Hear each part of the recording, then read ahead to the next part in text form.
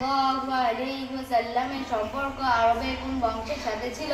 আমাদের নবী সাল্লাল্লাহু আলাইহি ওয়াসাল্লামের সম্পর্ক আরবের কুরাইশ বংশের সাথে ছিল। আমাদের প্রিয় নবী সাল্লাল্লাহু আলাইহি ওয়াসাল্লামের নানা জানের নাম কি?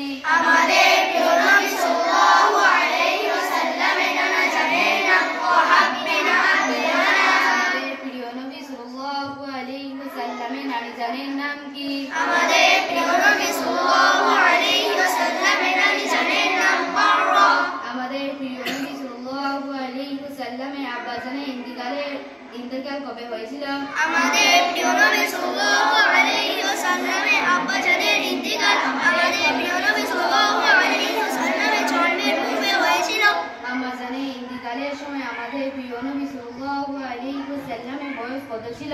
আম্মা জানের ইন্তেকালের সময় আমাদের প্রিয় নবী সাল্লাল্লাহু আলাইহি ওয়াসাল্লামের বয়স 6 বছর ছিল।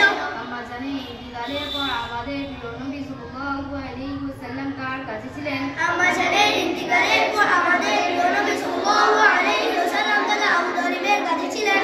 দাদা ইন্তেকালের সময় আমাদের প্রিয় নবী সাল্লাল্লাহু আলাইহি ওয়াসাল্লামের বয়স কত ছিল? দাদা ইন্তেকালের সময় আমাদের প্রিয় নবী সাল্লাল্লাহু আলাইহি ওয়াসাল্লামের বয়স 8 বছর ছিল।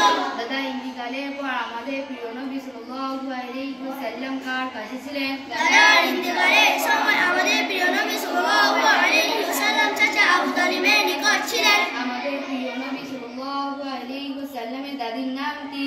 আমাদের প্রিয় নবী সাল্লাল্লাহু আলাইহি ওয়াসাল্লামের দাদির নাম ফাতেমা। আমাদের প্রিয় নবী সাল্লাল্লাহু আলাইহি ওয়াসাল্লামের উপর প্রথম আয়াত কোথায় অবতীর্ণ হয়েছিল? আমাদের প্রিয় নবী সাল্লাল্লাহু আলাইহি ওয়াসাল্লামের